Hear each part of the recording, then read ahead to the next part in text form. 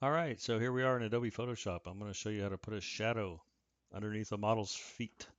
So here we have this model here, and I'm going to start by, we have a mask on her, so that's how it was selected. And I'm going to drag her over here.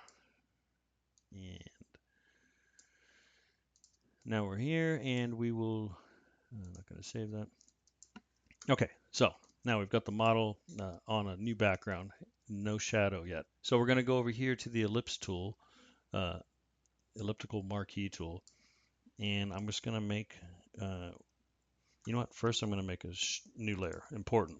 Let's just call it shadow. Okay, I'm going to move it to underneath her, in between the background and her, obviously. And now we're going to make an ellipse.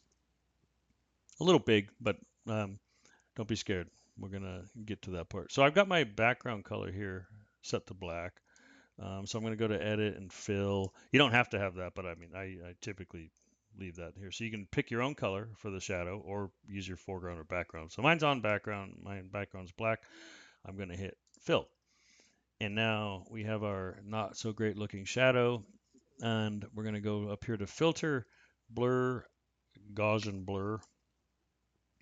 And I'm at 60 here. So I don't know. We can raise it. The higher you go. Oh, whoops. I did not want to have it selected. So if you have it selected, you just learned that lesson. Um, so let's do Gaussian blur again. Gaussian, here we are. There we go. Um, so yeah, I mean that was actually okay where we were. You can see you can go really huge and it gets like just kind of disappears and doesn't make sense. And then there's just not enough. So yeah, let's go into 60s for this size of a image. You see it's based on pixels.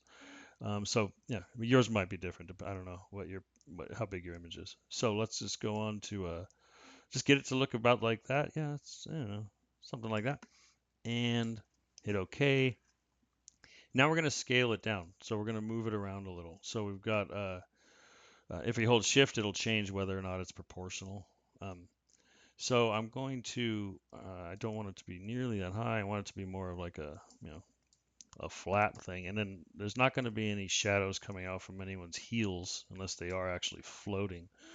So we don't want that. So just kind of get it, yeah, so where it's not coming out. See, that heel doesn't really look right. Just get it right under there. Let's get in here a little bit more, and yeah, so it's still looking a little floaty. Remember to play with your shift.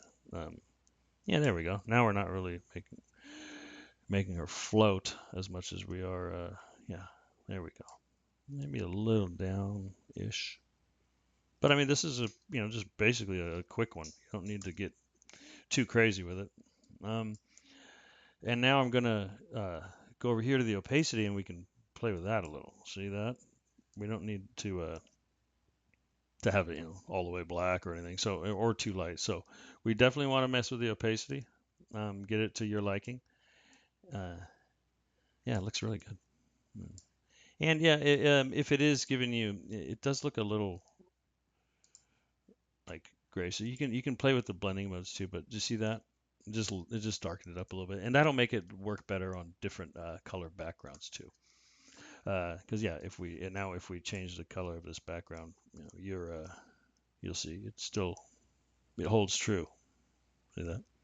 So yeah, hopefully that helped. That's a quick and easy under the foot shadow. Uh, if it did help, hit like. Let me know in the comments. Thanks.